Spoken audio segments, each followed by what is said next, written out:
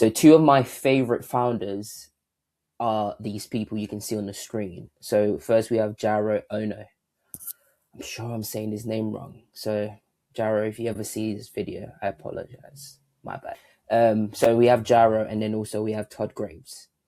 And what we're going to be talking about, so I'm going to be sharing this story today, and it's more so, especially when you're in the field of business or you're an entrepreneur, having the singularity of focus, and as you can see on the screen there, the rule of one, which is doing one thing and doing it well. You know, Charlie Munger, rest in peace, his soul, said, find a simple idea and take it seriously. And this is what these two men have done. They've took something that's very simple that a lot of people would, turn their nose up at, and they took it very seriously. And now they're reaping the benefits. So I'm going to share this story, and then you can see for yourself what I mean by that. So as you can see here, I say simple, specific, and singular. And I'm going to start with Jaro and his story. So Jaro is the owner of a sous chef, not sous chef, a sous restaurant in the Ginza district in Tokyo, Japan. And I'm going to share with you his story, which is, if I told you on a random day that this is what his restaurant is like, you probably wouldn't believe me. But I'm going to show you how when you stick to one thing and you master it, and you prioritize mastery rather than trying to chase shiny objects, how you can charge ridiculous amount of money. And so, yeah, I'm going to show you an example here. So the name of the restaurant is Suki Yabashi Jaro, right?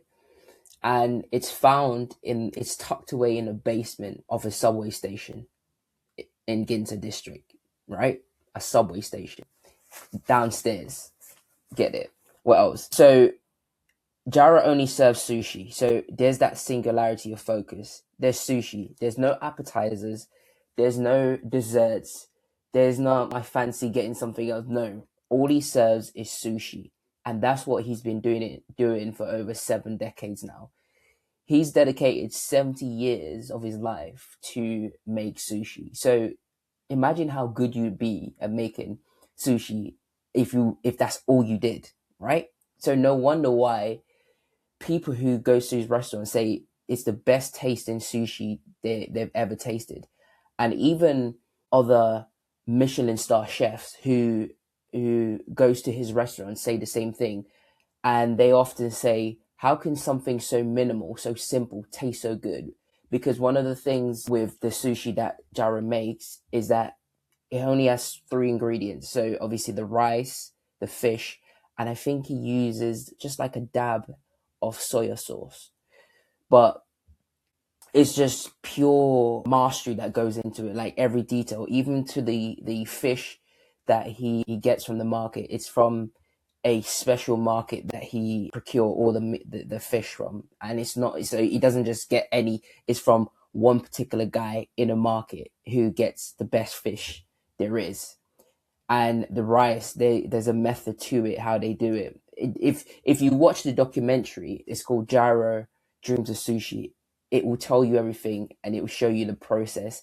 Even his sous chefs that works alongside him, they perfect one element of the sushi. For example, somebody might be on rice for years until they perfect it. And I know you're gonna be like, how can you, rice is simple to make. What do you mean they stay on rice for years? Yeah, I'm being serious.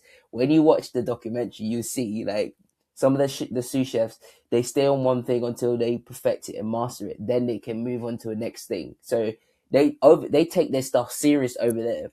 So, but let's carry on. So also, when you go to this restaurant, you can't just turn up. You have to book a reservation, right? And the meal is over within 20 to 30 minutes. So it's not somewhere where you're gonna go and vibe out and chat and fool about and take pictures. No, it's quick. And Jaro said something beautiful in the documentary, and this is what I mean by the singularity of focus.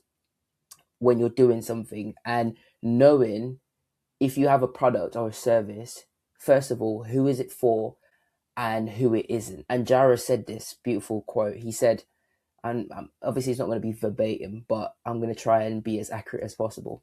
So he said, it's for people who want to have sushi at a fast pace. But if you're somebody who wants to have sushi and chat, drink, and have a laugh, then it won't be a comfortable eating experience. How is that for clarity? So it's like, if you're somebody that's trying to sit down and vibe or whatnot, it's not for you. If you're somebody that wants to have sushi at a fast pace, good sushi, not even good, excellent sushi, then it's for you. And that's so good, because you're telling people this is who it's for and also who it isn't for, if you get where I'm coming from. So there you go. So within 20-30 minutes, you're in and out, and there's no dilly dally, because then the next reservation starts. What else did I write down here? So, and also it only seats 10 people, okay? And you're probably thinking, 10 people, how does he make enough money by serving only 10 people at a time? And I'm gonna show you, I'm gonna tell you why soon. You're gonna find out. So there's no toilet facilities. So don't think you're gonna go to his restaurant and be like, okay, can I use a restroom? You better find your ass to the ones in the subway station. So yeah, there's no restroom or toilet facilities on their premises. What else? Oh, as you can see here in the picture, Jara has hosted Barack Obama, and that man there is, I believe, he's no longer the Prime Minister of Japan, but I think his name was Shinzo Abe. And I'm probably absolutely butchering these people's names, but you might think, how does a person who owns a restaurant that sits in the bottom of a subway station gets to host I believe the 44th president of the United States, and as well as the Japanese Prime Minister? And then that's what I'm saying. That's what, when you master one thing and you're very good at it, that's what happens. And another thing that will blow your mind, another detail, Jara was awarded 3 Michelin stars. Not 1, not 2, 3 Michelin stars. So this is just that's why it's like one of my favorite stories. It's absolutely unreal what this man has done, and he takes his craft so seriously. Like, every detail, everything is crafted. He doesn't see himself as a sushi chef. He sees himself as a craftsman, as a artisan. You know what I mean? Somebody that's like, not somebody. He's dedicated years, and that goes to that idea, as I said at the start with Charlie Munger, where it's like, take a simple idea and take it seriously. And that's what this man has done. Truly an inspiration when it comes to simplicity, being specific, and just singularity and focus. He could be like, oh, okay, I've perfected sushi now, let me start branching out and doing. No, he just stuck at that one thing, and now it's like, it's automatic, it's rote. People that's been to this restaurant has said how seamless, how smooth everything goes. Is like, you're in and out. The way they make the sushi, the way they put it on the plate, it's just amazing. I hope to go there one day. So yeah, but so let's talk about price. So you'd be happy to know. Let me just switch over to, I hope this goes to. So I think you're served 20 sushis, 20 bits of sushi, sorry. And these are the types of sushi you get. Do you see how minimal and simplistic it is, but tastes unreal, apparently? And I have no doubt it probably does. So these are the sushi you would get. And I think they say you get 20 pieces. And look at the price. So price starts from 88,000 yen. And when I done the conversion, that's around £417 for spending 20 to 30 minutes in a restaurant, which is crazy, right? You tell most people to pay that amount for sushi. they're not doing it. but that's what you pay for quality, right? And so £417, that's like roughly £20, 85 pence per sushi that's served. So and they serve 20 pieces, right? So 417 divided by 20, I think brings up to £20, 85. So you see, having a restaurant that's tucked away in a subway station that only seats 10 people, and the meal is over within 20 minutes, yet they're able to charge that premium price. And that's what it when you stick to one thing and you're really good at it and people know you for that thing, that means you can charge more. We're going to talk about that more in the video, but that's why Jaro's story stood out to me. And even with, I like the fact that they I think when you have constraints in your business as to certain things you do and certain things you don't do, some people might think, oh, that's gonna bring less people. But I think if anything, it makes your business or your product or your service more attractive. Because, for example, there's rules as well. So, for example, you have to arrive early, because if you're late, they potentially can turn you away, because they do everything fresh. I think it's called omakase style. So it's like everything's made in front of you. So you have to be there on time, and timing is important for them. You don't just rock up. Dress code. You can't just wear anything. So don't turn up in your shorts and your sandals because perhaps you're on holiday and you think no, you have to turn up looking the part. Not saying you have to overdress, but as I say there, what did I say? Collar shirts or shorts or sandals. Wait, many guests wear jackets. We may, however, refuse service to customers wearing collarless shirts or shorts or sandals. So, see, they're setting the standards. And here it is, picking it up with your fingers. Don't do that. That's how you pick it up. You know what I mean? Pick it up with your chopsticks. There's the do and the don't. Avoid spilling the sushi. Flavor it with soy sauce. This is the wrong way to do it. So don't like dip it in the sauce. Absolutely not. You just piss Jaro off, and he probably tell you to leave his restaurant. So yeah, and then eat some shoga. I don't even know what pickled ginger. That's what that is. What else? Don't dip sushi rice into soy sauce. And definitely don't dip it in the sweet sube sauce. Don't turn the sushi upside down. Don't separate the sushi topping. And whatever you do, do not don't break the sushi in two or lift the fish from the rice. That's like apparently that's like the total insult to the chef. So if you done that, then they probably tell you not to come back. So yeah. So I love how they have all these rules and what you might call constraints, but then they're not. They make the restaurant more attractive in my eyes by having those constraints and having those rules. So you're not just trying to do what you want to do. And even look at how this place is presented. Very simple, very minimalistic, and just, yeah, it's just beautiful. So going back to what I was saying about Jaro and how he set up his business, it's just simple, specific, and singular. And then look at how he can charge absolute premium prices for his sushi. But that's been years of dedicating his life to his craft, you know? And so I want to talk to you about the upsides of singularity in terms of doing one thing and doing it well. Actually, no. I'm jumping the gun here. I'm going to talk to you quickly about Todd Graves. Todd Graves is the founder and owner of Raising Cane's. Raising Cane's is actually a fast food chain restaurant in America. I don't think they have any branches anywhere else in the world. Definitely not here in the UK, I'm sure. But yeah, Raising Cane's, he's a founder. I believe he founded the company in 1996. August of 1996, I believe he founded the company. And what's so beautiful about this story of Todd's journey is that when he was in business school, he presented the idea of what he called a chicken finger dream.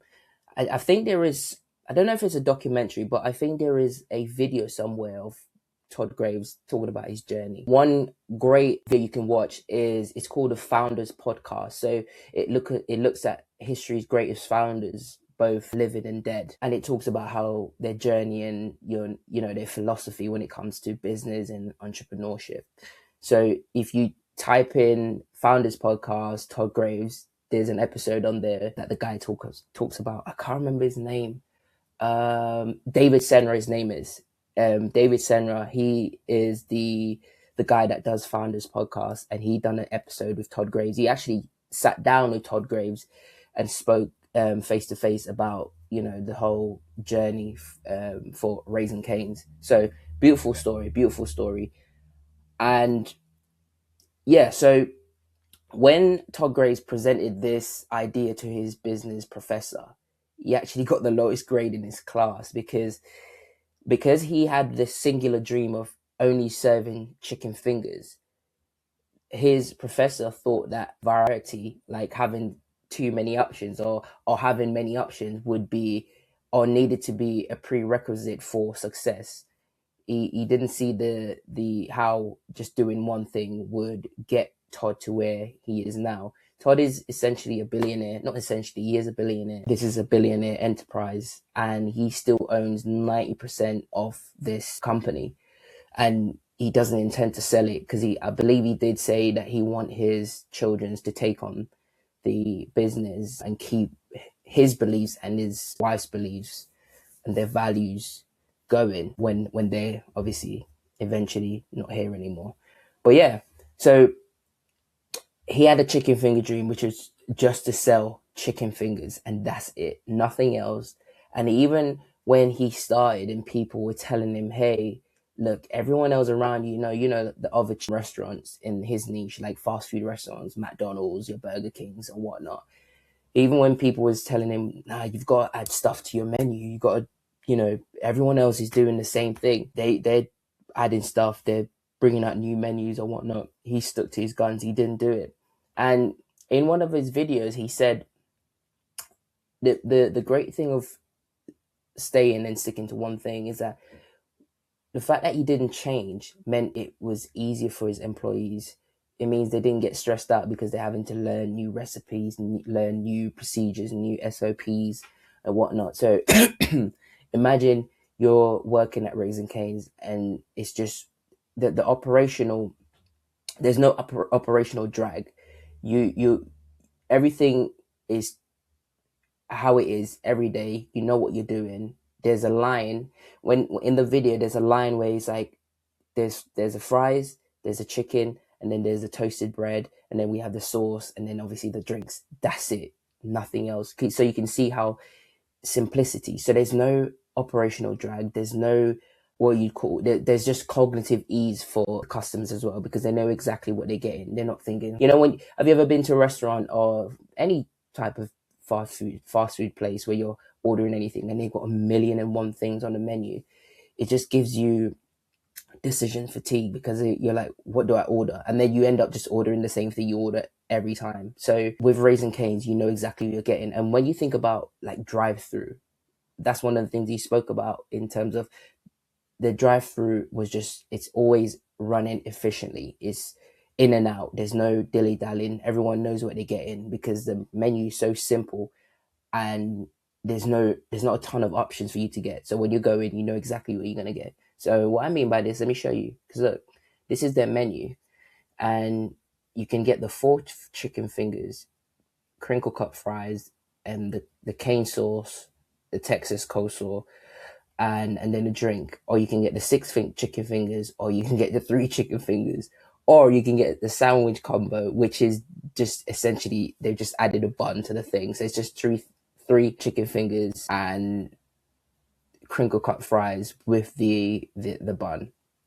So nothing crazy. And then you have the kids combo. And then they have these things called tailgates. I guess it's for people who want chicken fingers in like bulk, I would imagine. So you got 25, 50 and 75 and 100 even. Wow, that's a lot of chicken fingers. And there you go. And the extras, there's no, it's the same ingredients. The chicken fingers, if you want more chicken fingers, the crinkle cut fries, the cane sauce, the toasted bun, the coleslaw. that's it. And then obviously you have the drinks. That is it. You know what I mean? There's no extra stuff, nothing going on. So you can see how easily this can run on a day-to-day basis. And he did mention that, people think that the comment that he made was like, his restaurants get frequented by people just as much as people go to McDonald's or all these other fast food chains. And he was saying that people mistake frequency with variety, where people don't necessarily want variety. They want some good food and good customer service. And that's what he offers. And that's one of the things he's big on, because he said, because the operation is so streamlined in terms of what they do, the workers, his employees, can focus on making the experience for the customer better. They can give them a better customer experience. And people always remember how you make them feel, and especially if the food is good, they're gonna always come back, because you're not when we make buying decisions, a lot of the times it's not necessarily about what you're getting. It's more so, it's like, okay, what are the chances I am going to get something that's bad? I need to get something that's always going to be, it doesn't need to be optimal. It's just going to be in the middle where it's good enough. And that's how we make decisions. We don't make decisions optimally.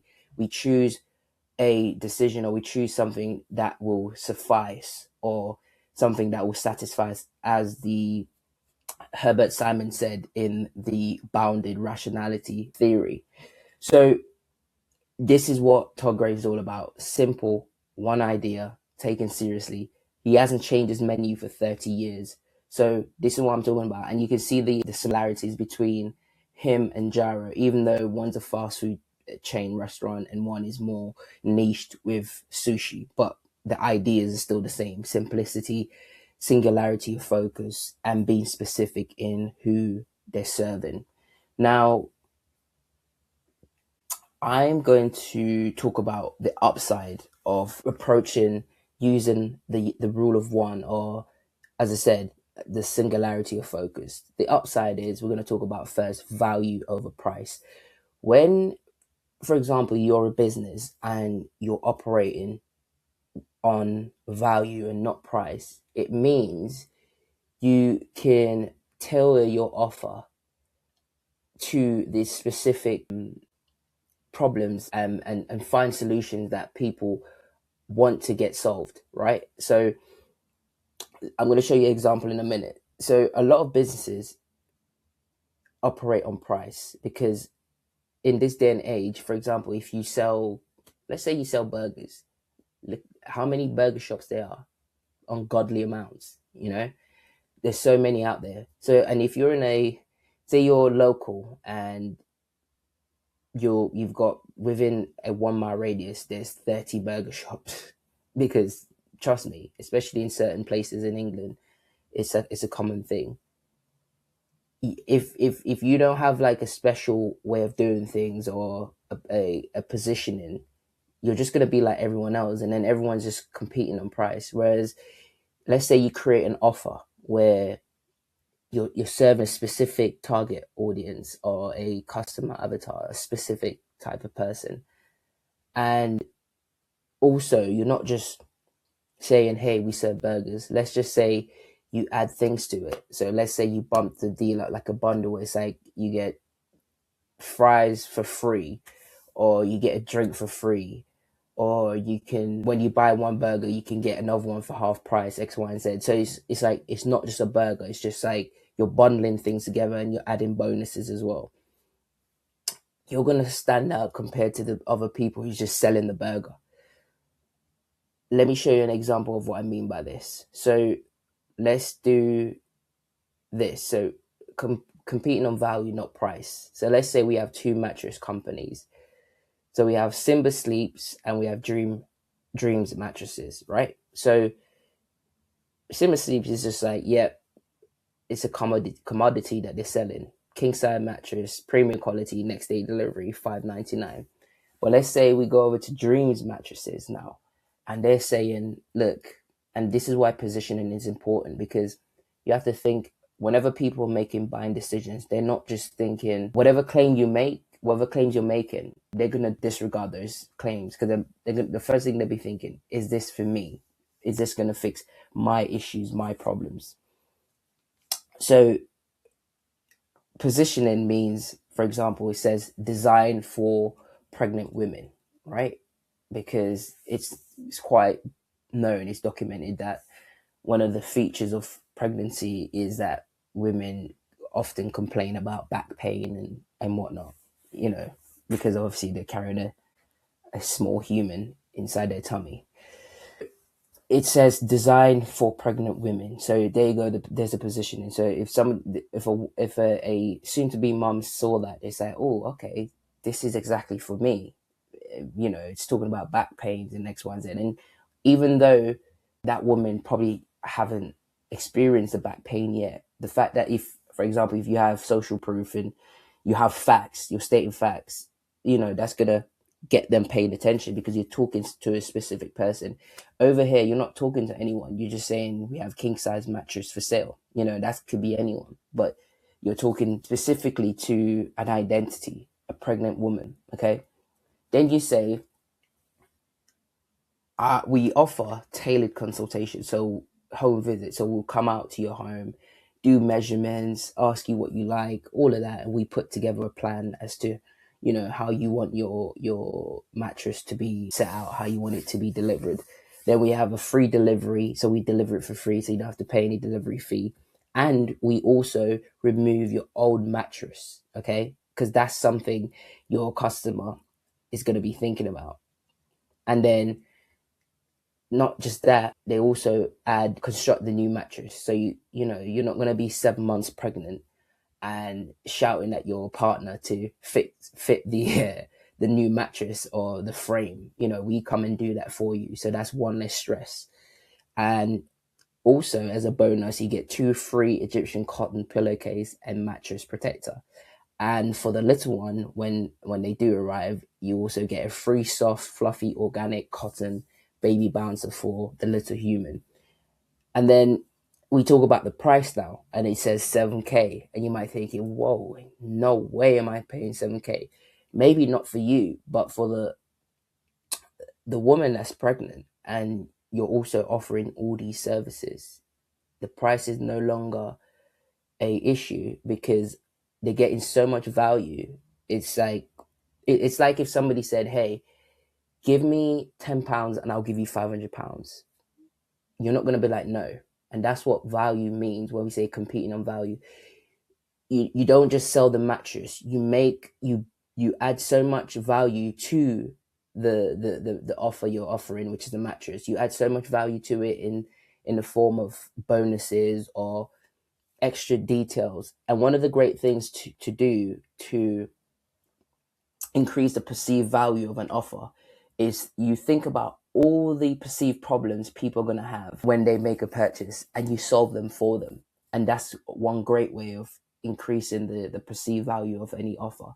So for example, I'm just going to give you one example. So the old mattress removal, actually I'll give you two, the old mattress removal and, you know, sending people out to construct the new mattress and frame in your home. That alone is two things that the person will be worrying about. Oh, where am I going to put the old mattress when the new one arrives? And, you know, people are busy. They, you know, probably working and whatnot. It's like, how am I going to find time to erect the new mattress and the frame, X, Y, and Z? So you're thinking about all these problems and then you're solving it for them. And that's the beauty of being specific in who you serve, because when you're being specific in who you serve, you can then think about all the specific problems that person or that specific avatar is going to have or they're going to face when you solve the problem of giving them a mattress. Do you understand what I'm saying? So by helping them construct their new mattress in their home and then removing that alone is amazing value. So when you come down and you say 7,000, people will pay that. And that's the beauty of when you're specific, because the more people think something is for them, the more they will pay. Whereas if something's just generalized, it's like, is this really for me? Is it going to work? Does it fit with my particular problems that I'm facing in my life, because everyone's got a narrative or a story that they're running in their head.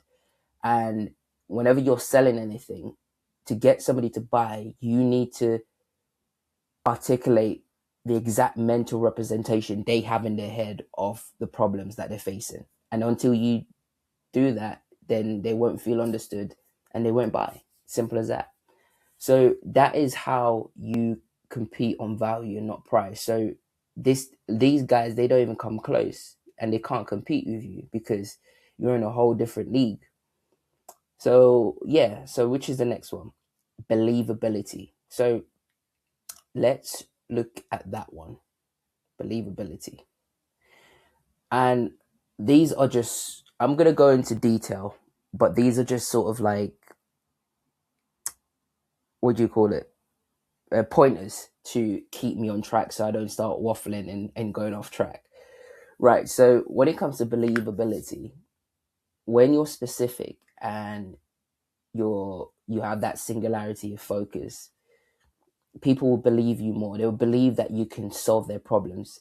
Because, for example, if we go back to here where we say designed for pregnant women, now we're talking to a specific avatar, a specific identity. So if you say, hey, our mattress are great or they're X, Y, and Z, they're more to believe you rather than if Simba said it. Anyone can say that. And there's a great quote that I heard from this copywriter called Harry Dry. He got it from somewhere else, but I can't remember who he said it. But he said, the man that originally came up with the quote said, never sign an ad your competitor can sign. So if you're running ads, they couldn't just say, oh, designed for pregnant women, because, it's, that statement is falsifiable. It's either true or false. So you have to be you have to know what you're talking about. And when you're specific, it means you can provide facts, hard facts that can be falsified. So here it says the other person is always thinking, or you want to say the client or the customer, they're always thinking, when you make a claim, they're always going to be thinking, yeah, but will this work for my situation? Most of us think we're special snowflakes. That's just how it is. And even if something would work, people are still going to be thinking, but yeah, my situation is different, but that's just people need to want to be seen, heard, and understood. And that's what you need to do when you're selling anything to a buyer. You need to, as I said, reflect or articulate a mental representation of what's going on in their minds. The great Robert Collier, who wrote these letters that he used to sell things, he said this thing where you must start the conversation that the customer's having in their mind. You can't go with your agendas. When you do that, they're just going to zone out. You have to think about it like this. If you were to go to, for example, say you were selling landscape services, and you was going door to door, you wouldn't just turn up and say, hey, I'm doing landscape services, buy my service. No, you would approach like, hey, I saw that your landscape, you need some landscaping. How about I do it for free, no charge. All I ask is for a honest feedback or testimonial, and that you consider me next time your home need landscaping. People are going to be more receptive to that compared to if you just went up and be like, yeah, hey, because the person might know that their house needs landscaping or their garden needs landscaping, but that's not what's going on. People are busy. They got all these things they're thinking about. They're not thinking about that at the moment, but you have to meet them where they're at currently in their head. Trust is low. They don't know who you are. So yeah, I digress. So people are always thinking, will this work for me? So first of all, we're going to do is jack of all trade heuristic. What this bias basically says is that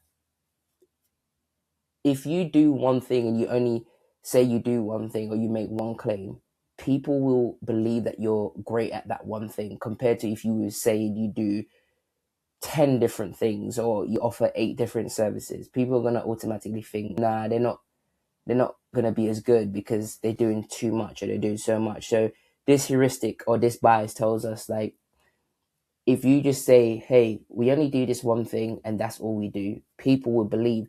If it's just like when I told you about Jaro, when I tell you the complete story, when I tell you the complete story and all the work he's put in to do it, now you might, at first you probably think, no, ain't no way. But now you've got the full context, you might think, oh, it makes sense because he's just doing this one thing. So of course he's going to be great at it.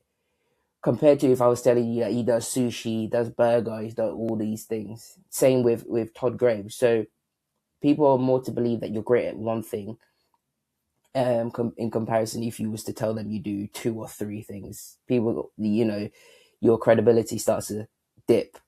So yeah, so next one is the representative heuristic or bias.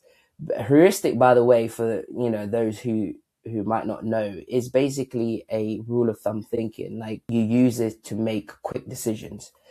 So that's what heuristics is, or means even, or you can call it bias. We call it cognitive biases for those who haven't heard of heuristic.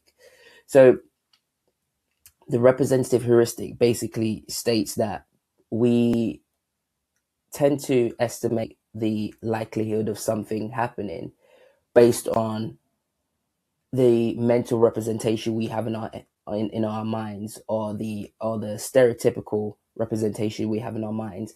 Let me give you an example. Let's say you went into a cafe, as some people call it, and you saw a man who was dressed in bright colors. Let's say he's wearing a suit, but it's bright orange, green, and yellow.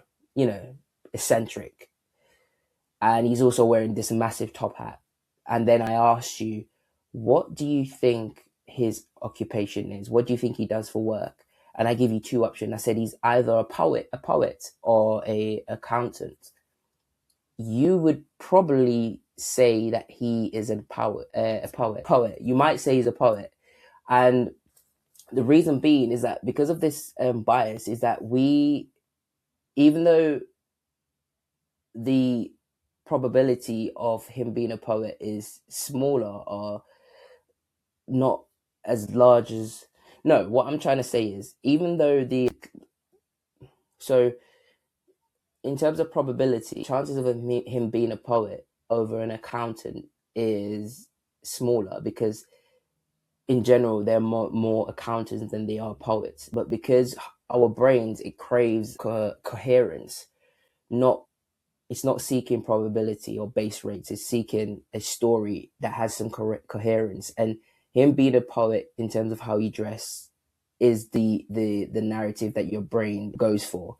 So there's more accountants compared to poets, but you would say it's poets because it matches the story in your head, or the stereotypical representation you have in your head of what a poet would dress like, So yeah, that's what the representative heuristic works. That's how it works. And in terms of like business and what we're talking about discussing here, is that the more specific you are, the more you can articulate a person's mental representation of their problems that's already in their minds, the more they're going to believe that you're able to solve their problems or their solutions.